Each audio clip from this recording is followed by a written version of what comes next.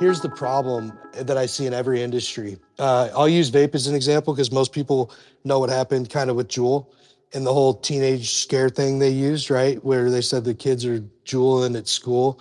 It's so funny. You got to be killing it if they use your name as the actual product itself, right? But they were juuling at school, and so the media picked all that up. But what a lot of people don't know is RJ Reynolds, I believe it was RJ Reynolds, or it was the other company.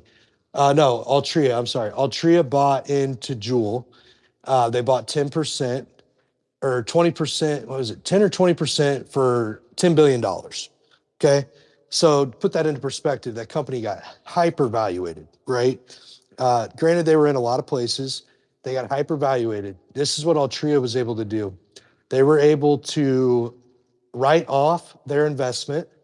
So they wrote off a good portion of their investment into that as a bad investment, basically stating that it wasn't worth what it was when they bought it. Kind of a ton of legal jargon with tax shit, but that's kind of the simple way to explain it. And then at the same time, the media is downing Juul, so they're taking their flavors off the shelves to appease the FDA, and the FDA is saying you're marketing to children because you have flavor, which we all know is bullshit. Adults like flavor. I know the mango Juul was the most popular Juul, and it was damn tasty. But here's the irony: the way the ruling was written was, and by the way, wasn't fully into effect yet, but they wanted to get ahead of it because they were such a big company and they had to. And I'll keep this short as possible, but this just gives you a great example of how regulation works. So Juul pulls all their flavors and takes a huge market hit, because that was most of their market, right? They were selling more flavors by far. I would assume at least 60% of their business was flavors. So they took a huge hit by market, which also caused all the retailers to take a huge hit by market. But the loophole was the disposables technically weren't regulated. So it said it was like a cartridge, right? So, or like a piece that you would, put onto it. So the disposables started coming out in mass. Problem with the disposables was they were all being like private labeled out of China, and you just didn't know how clean they really were and all that stuff, right? And so all of a sudden, all the gas stations pick up disposable flavors. Some of the better gas stations waited and did their due diligence and things like that. But your mom and pops make up about 65% of the C-store market, maybe 70. So C-stores, convenience stores. So you got to think all the mom and pops picked them up, different brands from different distributors. Some of it's all the same shit anyways. You just don't know it. It's in a different package, or the container's different, the vessels that's delivering the vape, right? And so vape flavors didn't get banned. They stayed on the market. They just switched devices. Altria and Juul didn't own any of that. So Altria as a business has this ownership. They were able to write it off. They put people on their boards and stuff and control it, because that's part of when you buy into a company and you're big like that. You won't have any money, right? So when that happened, basically looking at it from the outside, you can see it go down. Juul's market share's tanking. Juul's value tanks. Altria still owns some of it. I mean, to me, it has all the signs of a hostile takeover from a big business. Well, I mean, now you don't see any Juul flavors still, so they've lost the market share. And then all of a sudden, dude, they're fucking, next thing you know, they're fucking They're dealing front run by yeah, everybody else. yeah, yeah. And They're now dealing with everybody else is making disposables. flavors. So here, and then get this: the FDA ends up getting slapped in the face by the fucking judge and says this is unethical what you're doing, because they have evidence that this is better for you than cigarettes. And so all this hype and hysteria was all manufactured by the news. Same shit you're seeing here by these influencers, right? They're manufacturing this narrative for you. And then boom, oh, this coin's bad now. This coin's good. This coin's bad. Everyone dump this one, go to this one. Well, I already dumped. I'm already the next one. It's just the same shit. It's just business. And I'm telling you, it's unethical, but it's not illegal. And so there are potential things that we don't know about that could make it illegal, but odds are most of it's not illegal. Okay. And so they're playing the same game big business plays, just in coins. And it's easier because it moves so fast. And so they're able to convince you guys to keep moving. Well, you guys keep moving, and guess what happens? Every fucking time you got in too late. You didn't pull your 1.5x because God knows you thought it was going to 100x because these people were pretending they were going to let it. But the problem is they controlled it and you didn't know. And then the other people that controlled it were in on it with them. So it's a story as old as time. You know, that's what's happening here. So us holding this line at we'll call it 55% and assume some people sold some. Well, we hold 50% of this token. We hold the line. That's a massive share of the token to be able to hold the line. Now, if everybody continues to hold the line, you have a GameStop scenario because we're holding. And no, there's no shorts. I get that. So you take that variable out. But the reality is, if you hold and you keep moving and you keep doing this, the chart continues to go up, see some volatility. You guys end up taking some profits along the way, right? While it's moving. It is what it is. It's all natural. No one hates you for it. We need to diversify the funds. We need more holders, right? But you do it correctly and you do it together and you do it in the open.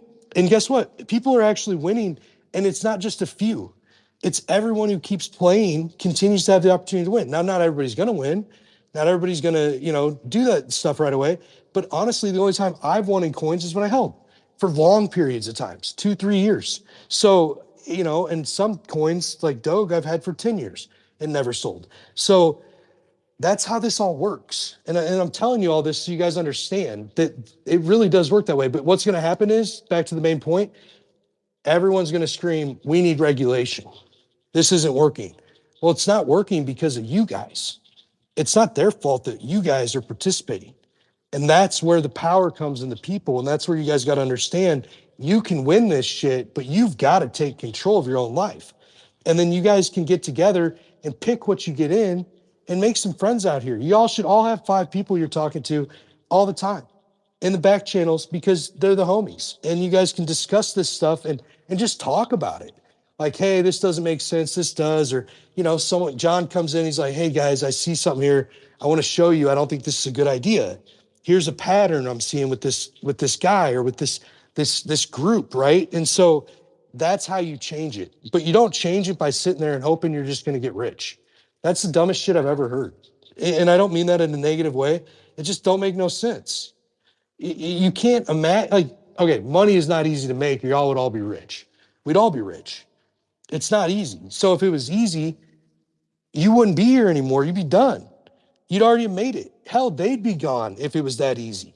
They're even struggling. And that's why they're doing this shit. So, it's a lot more complicated than you guys think. But like your Shibs and your Dogs and all that shit, those people held a line. Those people worked together. There was an alliance. There was real camaraderie. People got to know each other. They started the Shib army. There's the Doge army. Like, that's real shit, right? So that's how you do it. It happens organically to a degree, but it also happens because you realize, oh shit, I'm in something real. And I can actually do something cool with this. That's what I'm trying to create for you guys. That's it. And now that we have some extra soul, now I ain't gonna last forever. It's only $5,000. Most of these guys have millions of dollars to pay for marketing and chillers and all these alpha groups and all this shit, right? And then they do the buy bots because it costs a lot of money to buy in and make the chart move, and especially as it gets higher, right? But we're not manipulating it. That's why it looks like a fucking heartbeat. You're going to see some really straight up greens, but you're still going to see some pullback because it's real. That's it. It's the difference. If it shoots all the way to the moon, that'd be crazy because that means like we're doing kick-ass job, right? But you're going to see big pullback on that, even in a real project. That's what really happens. It's a chart. I can't control it to that degree. You can't control it to that degree. But what we can do is say, we know that we hold 50%. So if we're seeing a lot of pullback, we can sit tight. And then that's going to stop it. It'll stop the bleeding. The reason this happens so much is because when people see the pullback and those that hold the big majority of the chart, they start freaking out and panic selling. And that's when the chart goes fucking down really bad. But when they start testing it and they start hitting that sell button and you see them dropping like 10 or 15% of their supply and they're seeing if people are going to keep selling and then they're going to drop more, right? That's when you hold, because then they get fucking screwed. They cheated and then they see the chart move up and then they have to wait for another dip. And they're not going to have the attention span to do that. So they're going to keep their coins and they're going to kind of bounce a little bit. And eventually they become real holders too, because they don't have time to fuck with it. Because there's other places they can go fucking make money. But the problem is like those guys in reality are looking for 2 and 3Xs, maybe a 10X, and they're out because they know that that's how you make a quick profit. But if you want to make a big gain, it takes time, it takes effort, it takes a group, it takes real shit. And so that's what we're doing here. That's all it is. I mean, it's not, I'm not trying to go against the grain here. I'm just trying to show you guys like, hey, this is how it works. This is why it works. And it's all in you guys. You have all the power. You guys totally control this whole industry. You just don't realize it. It's no different than when you saw Coke, Budweiser took a big hit because everybody stopped buying their shit. You saw Target take a hit because everybody stopped buying their shit, right? They spoke with their pockets, and then now they're all backpedaling and changing their stuff to appease to their mass market because they realize, holy shit, just because the media says that the majority opinion is this, turns out we're wrong because our money's gone. They're not buying it. Well, why aren't they buying it? Because they don't believe it. And they don't believe it's so bad they're willing not to spend their money on it. Same thing here. It's all the same shit.